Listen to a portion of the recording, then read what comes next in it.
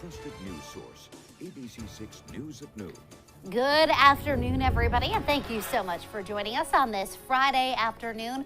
We start with the weather and a live look outside. It is an absolutely gorgeous summer Friday out there. Kelly Bates is in the Weather Center with more on this. Just a 10, Kelly. Absolutely. Ticks every box in terms of an excellent summer day. I'd easily call it a top 10 day, not only of summer, but really of the year. Weather-wise, it doesn't get better than a temperature of 80 at noon, but a dew point in the lower 50s. That's an indication that it is super comfortable out there in terms of humidity. We have been tracking some cloudiness out by the islands and the Cape, but otherwise we have sunshine all around, and an area of high pressure is going to ensure that we stay that way. High temperatures this afternoon should push up into the 80s. We'll have a lovely clear sky if you've got anything going tonight, but the weekend ahead is looking a little, well, iffy. We're going to bring clouds and humidity into the picture for your Saturday, and Sunday will bring a chance of a late day shower or perhaps even a thunderstorm. And that kicks off the potential for rain as we go into the week ahead. And we'll talk more about whether or not we're going to bust this drought coming up in just a couple minutes. Doreen? All right, Kelly, thank you. And new at noon today, Warwick police arrest 6 people for a recent break-in at the Sherman Elementary School. Police say 4 men and 2 women from Cranston and Providence broke into the building on July 11th. Surveillance cameras captured them in the Kelly Avenue School, where police found damage throughout the building. The charges range from breaking and entering to vandalism. Police released pictures of the individuals on social media, and they thank the public for their help in identifying these suspects. A man wanted for a murder in Philadelphia, caught just north of Boston. Boston police put out a warning that 30-year-old Wagner Tejeda Pena could be hiding out here in New England. They even thought he might have been in Rhode Island. But police in Lawrence, Mass. arrested him during a traffic stop this morning. He's accused of shooting and killing a person, as well as 2 stabbings in Boston. Governor Dan McKee signs a bill this morning aimed at protecting water levels at Johnson's Pond in Coventry and others. Residents there have been locked in a battle with the owner of the dam who controls the water levels. They say it's been fluctuating since the pond came under new management in 2019. This legislation will require owners across the state to get permission from DEM to raise or lower the water levels. And it is a big day for drivers in Cranston as the Park Avenue Railroad Bridge is finally back open to all traffic. The nearly $12 million project replaced the old structurally deficient bridge, which dated back to 1906. This has been a big frustration for Cranston commuters as they've been detoured for over a year. Fire crews from Central Falls and Lincoln responded to Earl Street early this morning. Central Falls fire officials tell us the call came in about 5:30 for a smell of smoke. Crews found fire in the attic when they got there. The fire under control in that attic. It did not spread. 2 families live inside the home, and the people living on the 2nd floor are currently displaced. We'll keep you updated as we learn more. And dozens of Providence firefighters were called to Oakland Avenue to fight flames coming from a home there. Fire officials tell ABC6 they received multiple calls around 1 this morning. There were flames coming out of the 2nd floor in the back of the building when crews arrived. There were no injuries, but the residents there were displaced and had to seek shelter with the Red Cross. The cause is under investigation. And a funeral service will be held today for a fallen New Bedford Marine veteran. 25-year-old Sergeant Sam Demers died unexpectedly in California in late June. After graduating from Greater New Bedford Regional Voc Tech, Demers enlisted in the Marine Corps, serving for 7 years in Iraq, Japan, and Romania. He leaves behind a daughter and a wife. He'll be buried in Pine Grove Cemetery with full military honors. And starting tomorrow, a new suicide hotline number will be in operation. It's a simple 3-digit number, 988. People experiencing a mental health crisis can call or text 988, and they'll be connected to the National Suicide Prevention Lifeline. Mental health professionals trained to respond to these emergencies will answer. It is free and confidential all across the country. Rhode Island Senator Jack Reed is one of the authors of the bill to make this happen. Again, that number is 988. Still to come here on the news at noon, President Biden's controversial trip to Saudi Arabia with concerns about oil prices high on the agenda.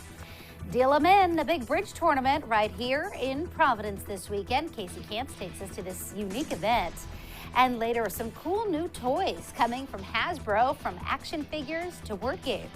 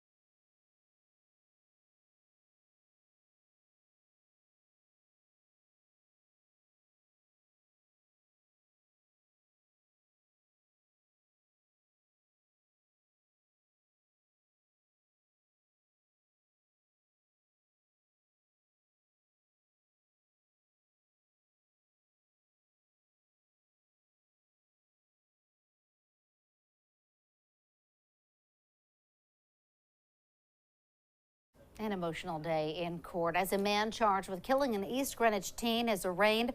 Her family right there for that plea. ABC6 News reporter Yanni Trigella spoke to the family of 17-year-old Olivia Pazzaretti. He's live outside the Kent County Courthouse with more. Yanni.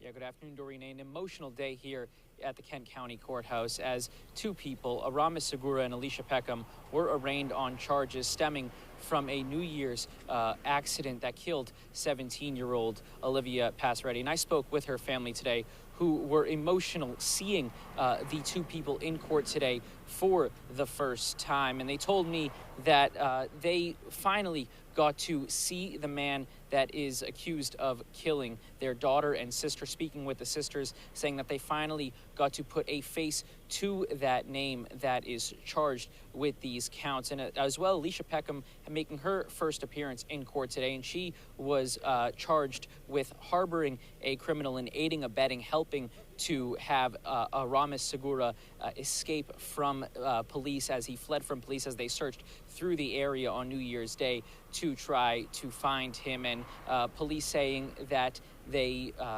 charging Alicia Peckham on these charges as she helped to escape. And the family saying it finally was nice to see her in cuffs as she was escorted out of the courthouse today on $20,000 bail for helping to aid and abet on that New Year's Day accident. And they said that they will be in the courthouse all the steps of the way throughout these court proceedings. And again, Aramis Segura maintaining his $250,000 bail from district court, the judge saying, and they also added that the maximum sentence that he can face for these charges from that New Year's Day accident is up to 50 years in prison. Again, that $20,000 bail for Alicia Peckham. And again, the family saying today was a step in healing as they finally got to see the two people involved in that New Year's Day accident hit and run that left 17-year-old Olivia Pazzaretti killed. Reporting live in Warwick, Yanni Trigella, ABC6 News. All right, Yanni, thank you. Also in court today, one of the Rhode Islanders arrested after a fight at an abortion protest. 39-year-old Jessica Burton of Warwick entering a plea of not guilty. She was arrested by Rhode Island State Police for disorderly conduct at that protest. This happened back on June 24th after the Supreme Court decision that overturned Roe v. Wade. Providence police officer Jean Lugo was also arrested on assault charges at that rally. He pled not guilty and is on leave from the police department. And in political news today, President Biden's Mideast trip continues with a meeting in the West Bank. But perhaps the most anticipated event will happen in Saudi Arabia, where the president will speak with Saudi officials, including Crown Prince Mohammed bin Salman. ABC's Avery Harper reports. President Biden meeting with Palestinian President Mahmoud Abbas Friday morning in the West Bank. The commander-in-chief reiterating his support for a two-state solution in the Israeli-Palestinian conflict. Palestinian people deserve a state of their own that's independent, sovereign, viable, and contiguous. Biden also aiming to restore relations after years of Trump-era policies viewed by Palestinians as favoring Israel.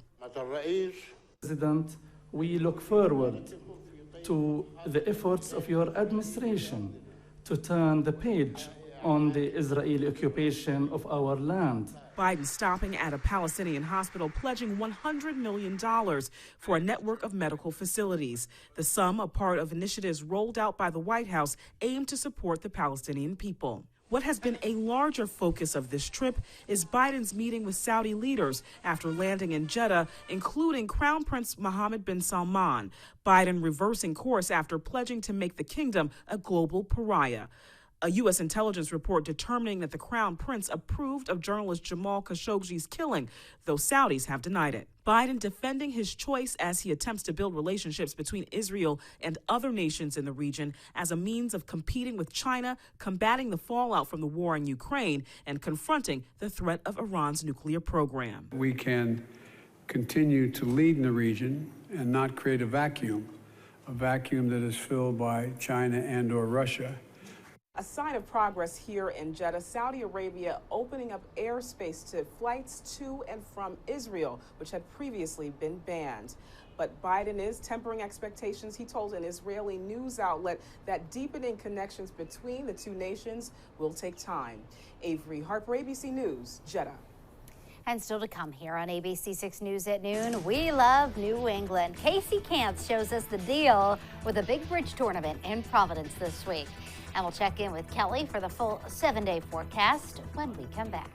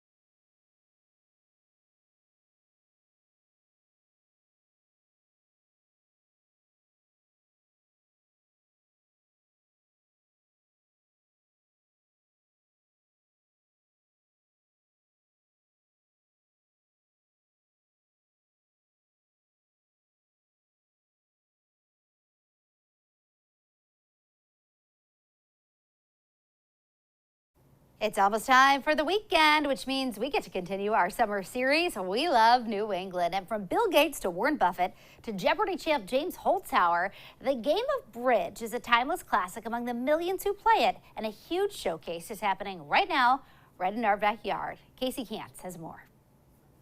Well, one of the most challenging yet also very rewarding card games known as bridge. And some of the best players in the entire world are in Providence now for the next 11 days competing in the North American Bridge Championships here at the Rhode Island Convention Center. It's put on by the American Contract Bridge League. And you've got 6,000 tables here at the Rhode Island Convention Center with bridge games going on all at once. You got over 3,000 players. You got players from here in Rhode Island, from the United States.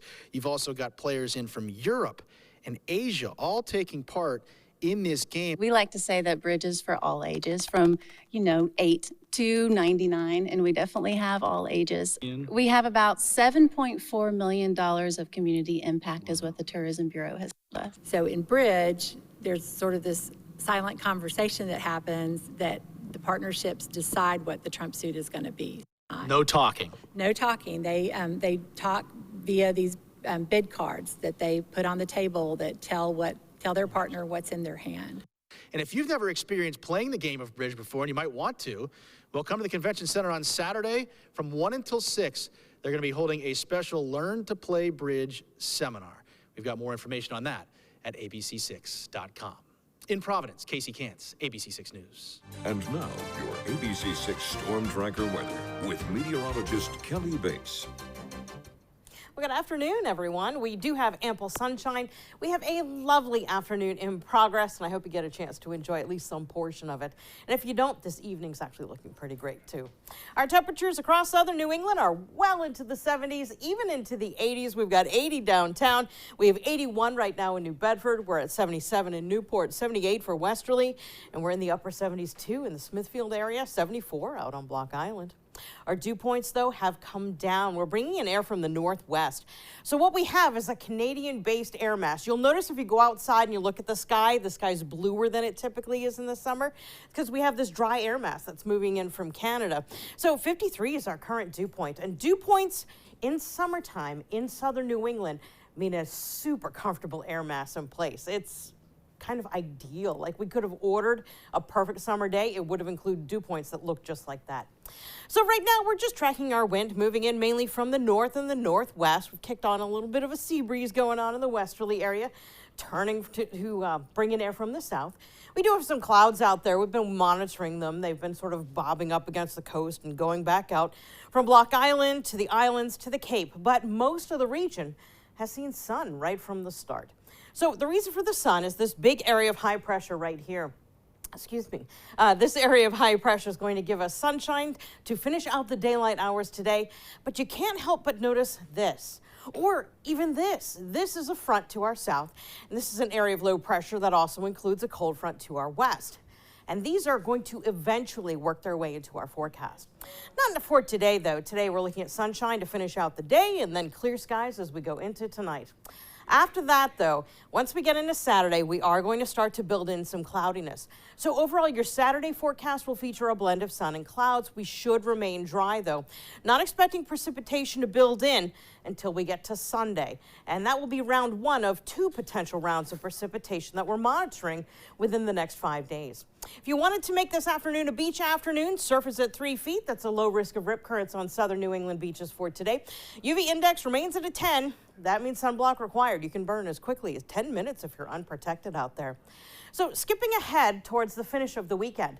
Again, Sunday is when we bring in our chance in the afternoon and evening of a pop-up shower, developing into possibly some rain as we go from Monday into Tuesday. So we're looking at not just a chance of precipitation on Sunday, but Sunday, Monday, and Tuesday.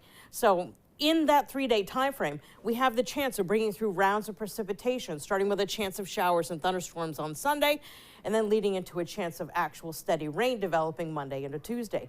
So 2 rounds that we're going to be monitoring for you from the Weather Center. In terms of our severe thunderstorm risk, we really don't have it for Sunday. Yes, we have a chance of thunderstorms, but not the kind that would deliver things like hail or torrential downpours or frequent lightning. You get the idea. Not expecting damaging winds from that either. But yeah, just a chance of a thunderstorm here or there, and the chance is low, by the way. If you have Sunday plans, I wouldn't cancel them. Our chance is only about 20%, but certainly stay tuned to ABC6 and we'll keep you updated through the weekend. So our forecast for today, the remainder of the day, lots of sunshine, comfortable conditions, temperatures topping out in the 80s. If you have evening plans for tonight, mainly clear skies, winds will be changing to become more southwesterly, and that wind change will facilitate, well, we're going to bring in the humidity for the weekend, so you'll notice that an increase in clouds and humidity for Saturday, but should remain dry. Sunday, 20% chance of a late day shower or thunderstorm, otherwise a blend of sun and clouds, and on the muggy side. Want to call your attention to Wednesday and Thursday. We will, well, right now have a good chance of hitting 90. Friday, the estimated high is 88.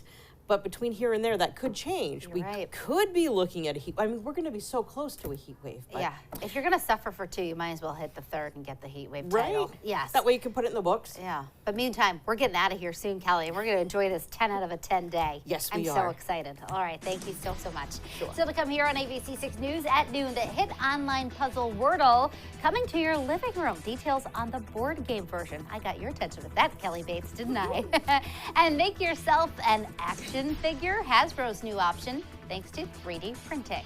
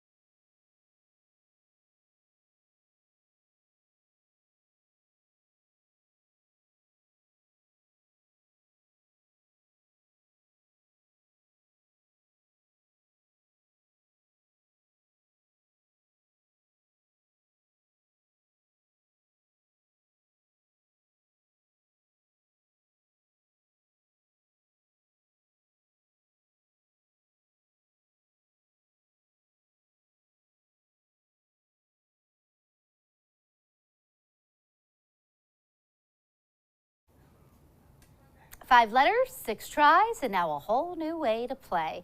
The popular online word puzzle Wordle is getting its own board game. Pawtucket-based Hasbro is partnering with the New York Times, which owns Wordle. Players go against each other to try and guess the letters in a word assigned by the Wordle host. Wordle, the party game, is one of Hasbro's fastest launches. It releases in October. It'll be sold on Hasbro's website and in other big box stores. Also from Hasbro, the Selfie series. It allows you to create a 6-inch action figure of you. Consumers just download the Hasbro Pulse app and log into a special account, and you scan your face. Once that's done, the character will be mailed to your front door. They plan to preview it at the San Diego Comic-Con next week. Well, tonight's Mega Millions jackpot is up to $480 million. That is the 10th largest in the game's history. The cash option on that would be $276 million for the grand prize winner. The last time the jackpot was won was in Tennessee in April. That winner collected $20 million. And more ways to make money on Instagram. Creators using the subscriptions feature will be able to lock posts and reels behind a paywall, making them subscriber only. Paywall-specific items will have a purple crown symbol, so they're easy to see. Well, still to come on ABC6 News at noon, a weatherman is left in the dark when a power outage strikes during his live report about power outages. Plus, Kelly has another look at your afternoon forecast right after this.